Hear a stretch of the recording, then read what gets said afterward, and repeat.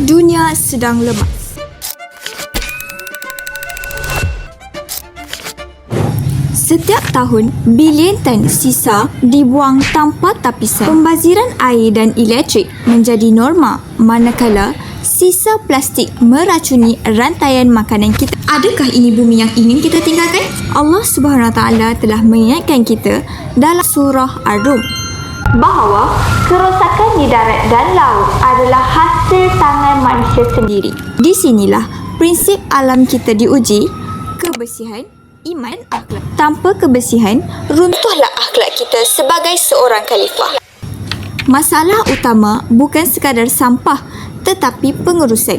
Sisa organik, sisa kertas dan plastik sering bercampur, menyebabkan proses kita semula menjadi mustahil. Apabila kita gagal mengasingkan sisa, kita sebenarnya sedang menyumbang kepada kemusnahan ekosistem global. Sebab itulah kami membangunkan aplikasi ini bukan sekadar aplikasi, tetapi alat transformasi akhlak. Melalui teknologi ini, kami memudahkan anda untuk asingkan dengan tepat dan gunakan tong yang betul secara sistematik. Bersih itu bukan sekadar imej.